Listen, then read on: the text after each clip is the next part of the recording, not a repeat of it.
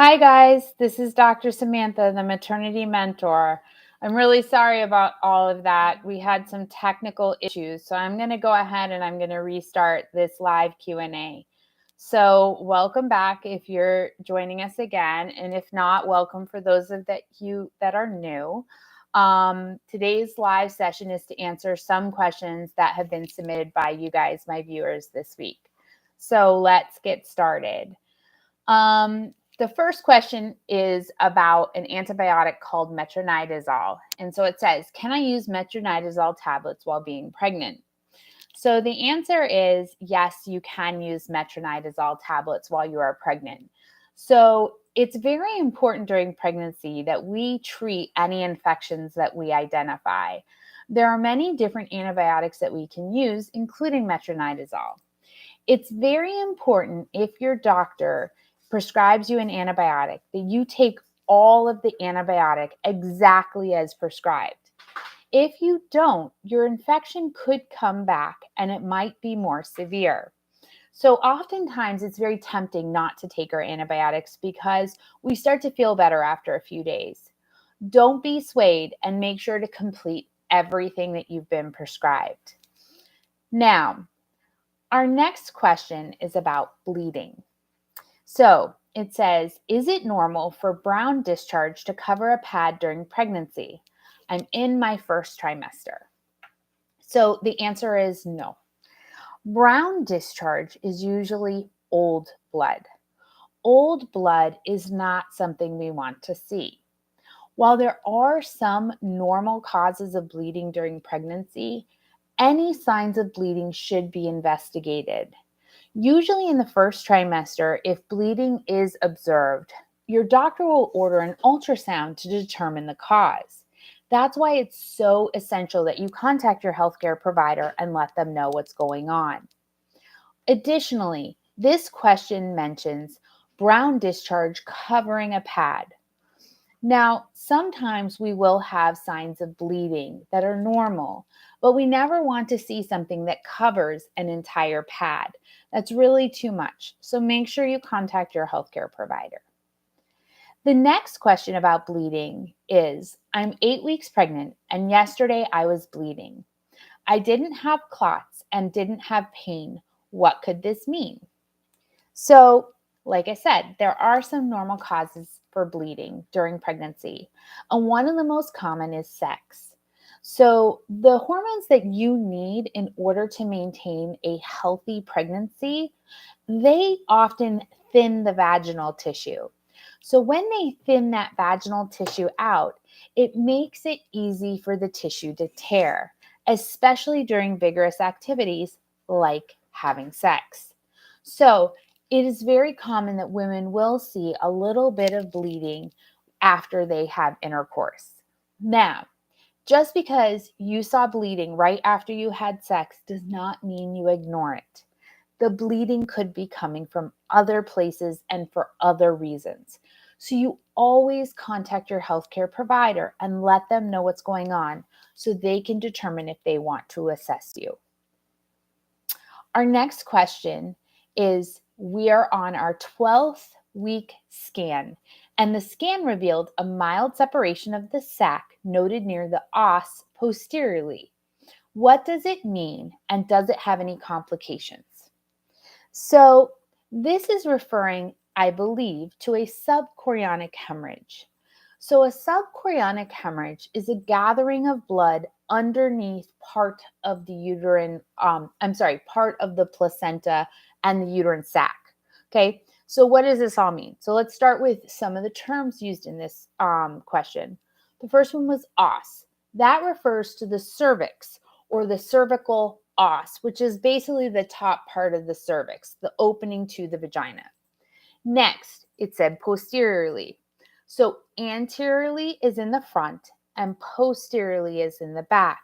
So this baby's sac is not in the front, it's at the back, kind of near the entrance of the cervix, okay? So when your baby implants into the uterus, the whole sac is supposed to line up by the uterine wall, okay? Sometimes that sac will start to separate like this, okay? And that little separation can be okay. It's just very tiny. And what happens is it will bleed a little bit, and then that blood will seal up that separation. That's basically a subchorionic hemorrhage.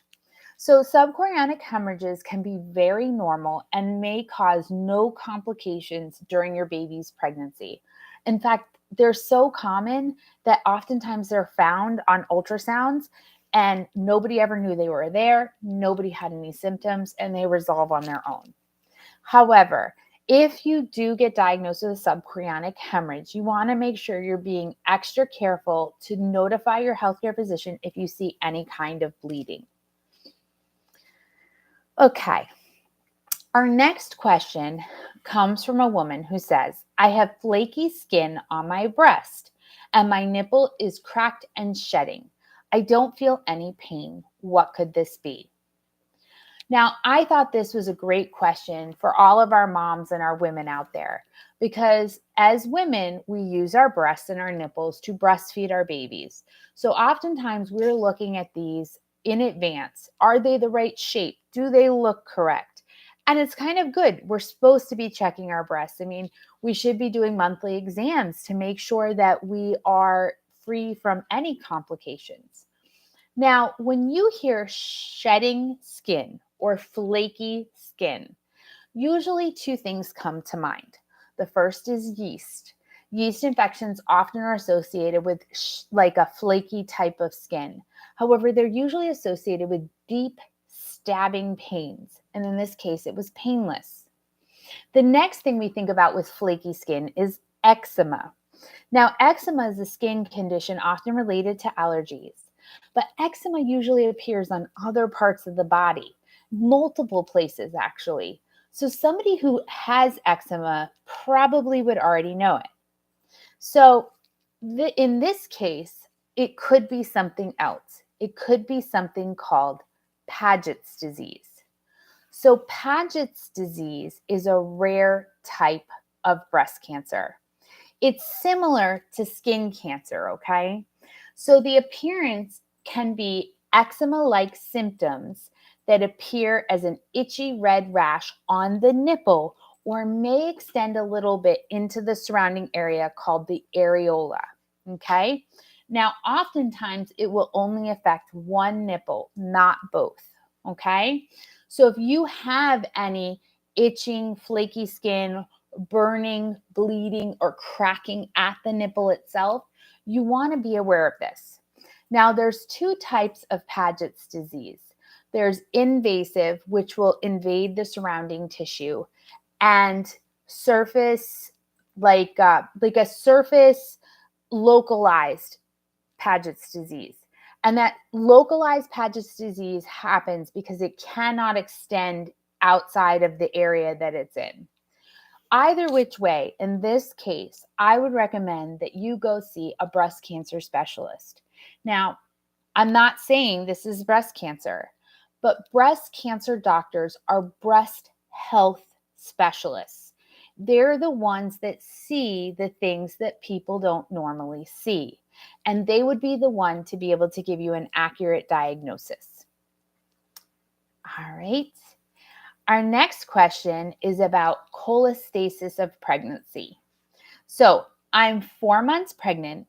I had itching towards the end of my first trimester in my hands, breast, and chest, but that has stopped. I do not experience any itching anymore, but my ALT results have come back high. Can you still get cholestasis even though you do not experience any excessive itching?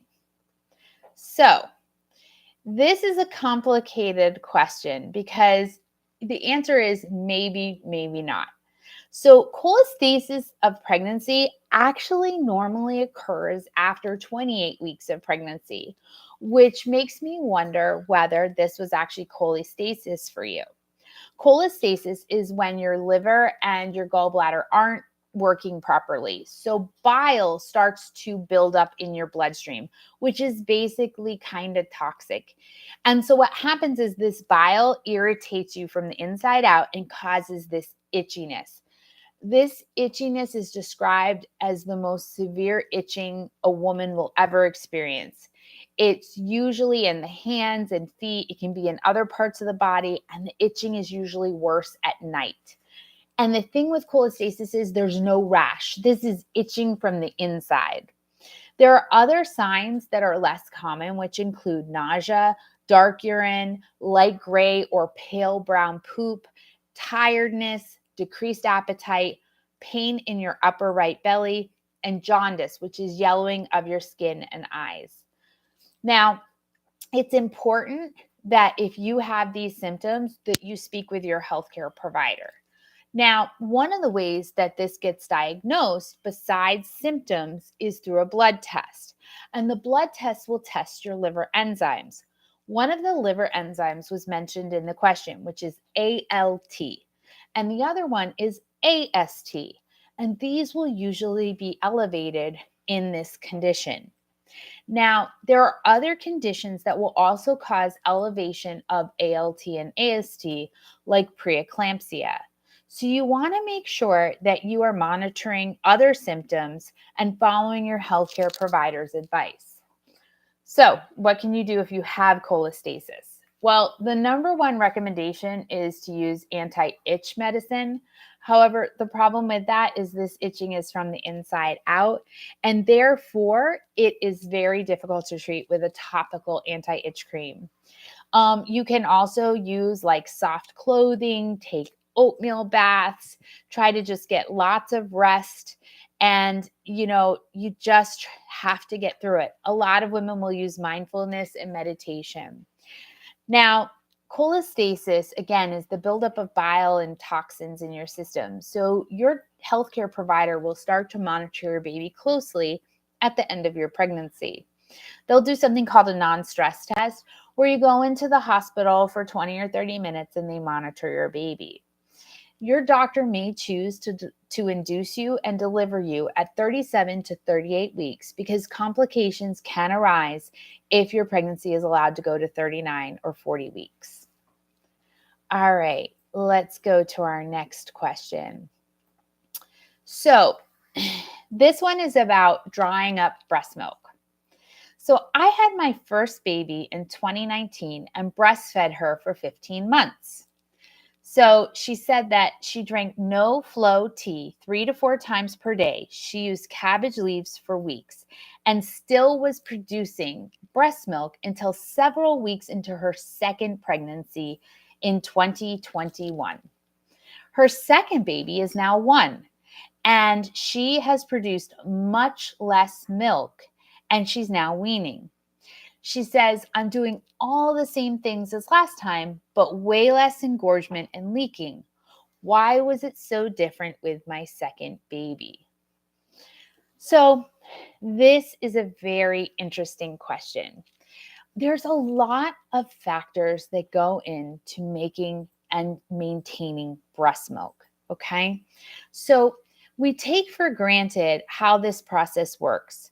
But for example, it's important that you know that breastfeeding is supposed to be a very natural process. So for example, the moment that we do skin to skin with our baby after birth, that skin to skin contact is releasing hormones that are extremely important to making milk. So one of the things that's important to realize is that we need to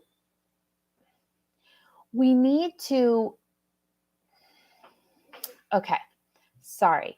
So one of the things that you need to realize is that every pregnancy, you're going to make milk differently. So when you had your first baby, you might have been able to spend all your time and energy focused on pumping and breastfeeding and all the things that maintained a good milk supply. However, by the time you get to your second baby, you're very busy now and you have a lot going on. When we stimulate our breasts at night, one of the hormones we're stimulating is prolactin, and prolactin is the milk quantity hormone. The more we stimulate our prolactin levels, the larger our milk supply will be. So it's very important that we kind of take that into account. If you weren't stimulating as much at night, then you might not have made as much breast milk. Stress also has a very big part in this. And once you're a mom of two, that definitely will impact your breast milk making abilities. And finally, the second time around, our body knows how to do this better. Okay. And because our body does this better, our body understands how much we need, and our supply and demand is also better. The other nice thing is you probably learned a trick or two in drying up your milk supply from last time, and that's probably helping everything. All right. Our next question is, do I have any questions for anybody who's on there?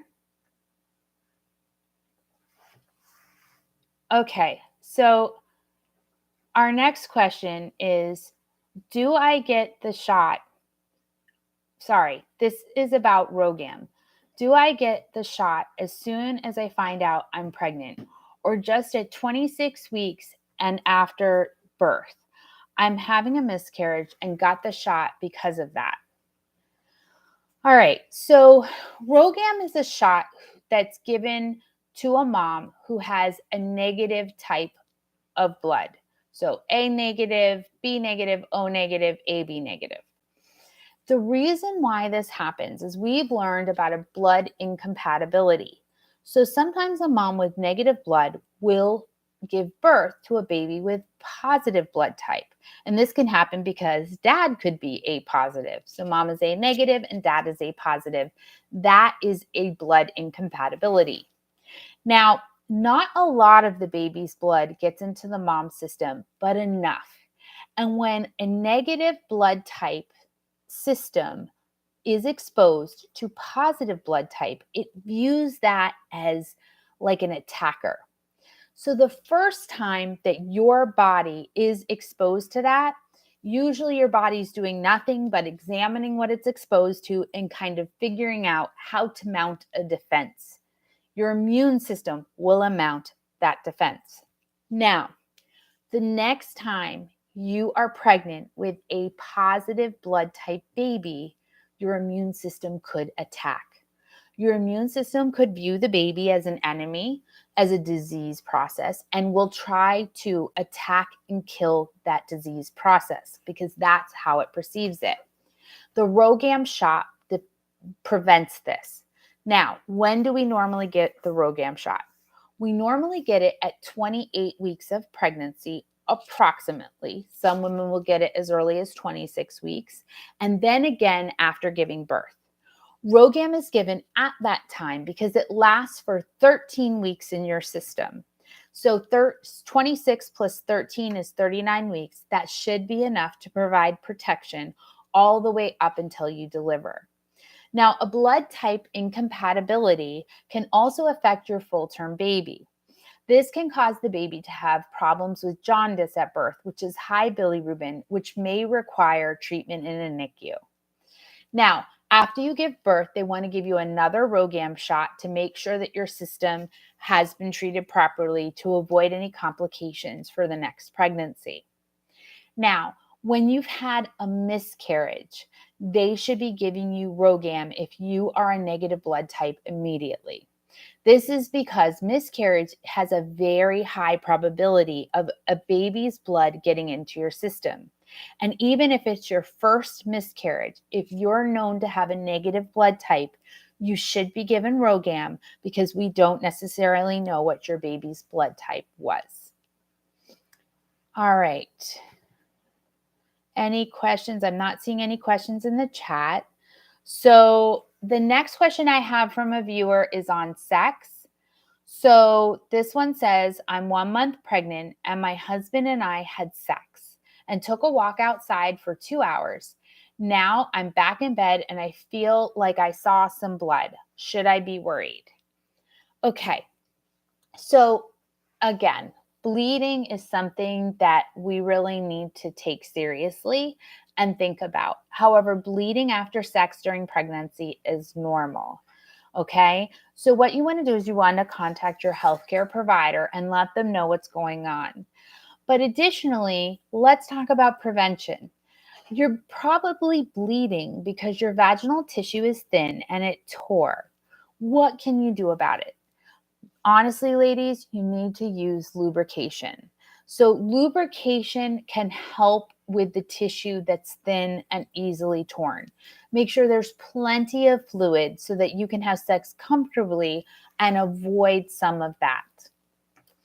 All right, we're getting towards the end. So I want to remind you guys, please like my channel, subscribe. You know, we have lots of videos out there. And every week we're going to be here live at 9 p.m. Eastern Standard Time, asking and answering some of your questions. So please feel free to put questions in the chat, and please feel free to leave messages on videos, and we will use some of that in our live Q&As. All right, our last two questions are about urinary tract infections. So the first one is, I'm 22 weeks pregnant and I've had 4 UTIs during this pregnancy. I have been prescribed macrobid each time, and the first few days of the medication are horrible for me. Headaches, vomiting, diarrhea, and stomach pain. Do you have any recommendations for all of this to stop? So, unfortunately, antibiotics are notorious for causing a lot of symptoms like what you're describing. So the first thing I would tell you is you want to ask your healthcare provider if you can use a probiotic. So for my adult patients who are not pregnant, I oftentimes recommend probiotics when starting any new medication. Probiotics are healthy bacteria that allow your gut to function properly. A lot of times, antibiotics kill off all of our natural bacteria, which will make us feel worse. Okay, so a probiotic can help replace that. So as you're taking the antibiotic, you're replacing some of what is being killed. Now, next, you want to try to take your antibiotic with food. Okay, food oftentimes will help the antibiotic to not be so rough on your stomach. And if you have to take the antibiotic twice a day, a lot of times I recommend, okay, so your morning dose, you're going to have to take it with food and you're going to have to be up for the day. But the evening dose, take it before you go to bed. Maybe you can sleep through some of those symptoms. There are some natural remedies that you need to ask your healthcare provider about, but these can include vitamin B6, which we also use for morning sickness. It can also use ginger, and natural ginger can actually help your stomach in general. And you can use some ginger ale or soda. Those bubbles kind of help.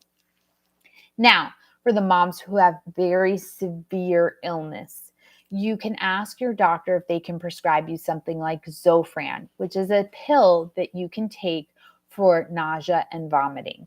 Okay, but this should only be used in severe cases. Now, for this mom, she indicates that she's had 4 urinary tract infections, all of which have been treated with macrobid. Now, without further information, I'm going to kind of give some thoughts on this. If these urinary tract infections are happening close together, my first thought is it really being treated well? Maybe you need a stronger antibiotic or a different antibiotic or a longer course of antibiotics. If this is actually the same infection that isn't really going away, just coming back again, you're being put through rounds and rounds of antibiotics that aren't effective.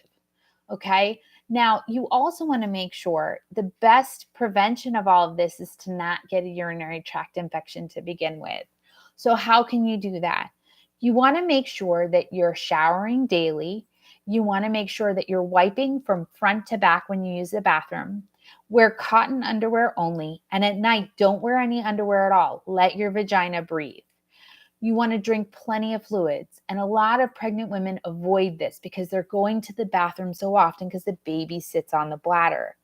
But I would tell you, you want to make sure you're peeing and going to the bathroom as much as possible because this can avoid urinary tract infections. All right, our last question. I'm 3 weeks pregnant and I have a urinary tract infection. My vagina is itching. Can I use garlic? I have used some UTI drugs, but they aren't working. So, garlic is an interesting question.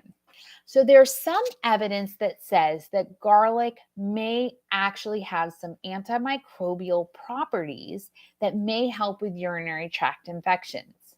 So, anecdotally, it may work. And there are some really good positive benefits to using garlic during your pregnancy, including reducing your risk of preeclampsia. However, you need to use garlic with caution and only under a healthcare provider's direction. First, it is not a true antibiotic. If you need an antibiotic, you cannot replace that with garlic. You might be able to use garlic in conjunction or together with an antibiotic so that it works better, but you cannot replace it. Okay. Now, the second thing is you need to know that garlic has been known to thin blood. And that means for pregnant women, it puts you at increased risk for bleeding, and bleeding can lead to miscarriage. So it's very controversial as to whether a woman, especially in her first trimester, should be using garlic at all. I would tell you that you probably should talk to your healthcare provider first. I would also encourage you to make sure you're not using over-the-counter products and self-diagnosing. You need to go to a healthcare provider who can run a urine culture where they take your urine and send it to a lab to determine what type of bacteria is causing your issues. Make sure you follow all of your healthcare providers' guidance on urinary tract infections. Urinary tract infections that are left untreated can lead to pyelonephritis, which is that's all the questions that we have right now.